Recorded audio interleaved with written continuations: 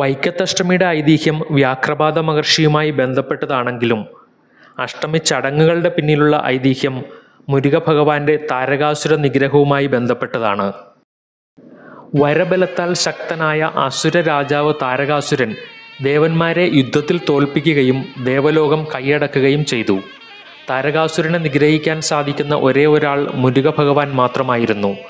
അങ്ങനെ അച്ഛനായ ശിവന്റെ ആശീർവാദത്തോടെ താരകാസുര നിഗ്രഹത്തിനായി മുരുകൻ പുറപ്പെടുന്നു.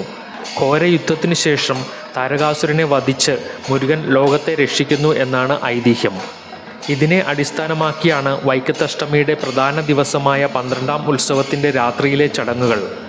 മകനെ യുദ്ധത്തിനയച്ച് ഉത്കണ്ഠയോടെ കാത്തുനിൽക്കുന്ന വൈക്കത്തപ്പനോടുകൂടിയാണ് ഉത്സവത്തിൻ്റെ തുടക്കം.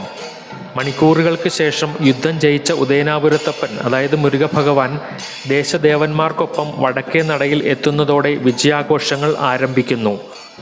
വലിയ കവലയും കൊച്ചാലും ചുവട്ടിലും വടക്കേ ഗോപുരത്തിനടുത്തും സ്വീകരണങ്ങൾ ഏറ്റുവാങ്ങി മകൻ അച്ഛനെ കാണാനായി വൈക്കം ക്ഷേത്രത്തിലെ പ്രധാന ആനപ്പന്തലിൽ എത്തുന്നു. പിന്നീട് കാത്തുനിൽക്കുന്ന അച്ഛനും മകനും തമ്മിലുള്ള കണ്ടുമുട്ടലാണ്.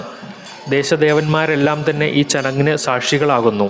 എല്ലാവരോടും കൂടി കൂടിപ്പൂജ വിളക്ക് എന്ന ചടങ്ങ് നടക്കുകയും ചെയ്യുന്നു.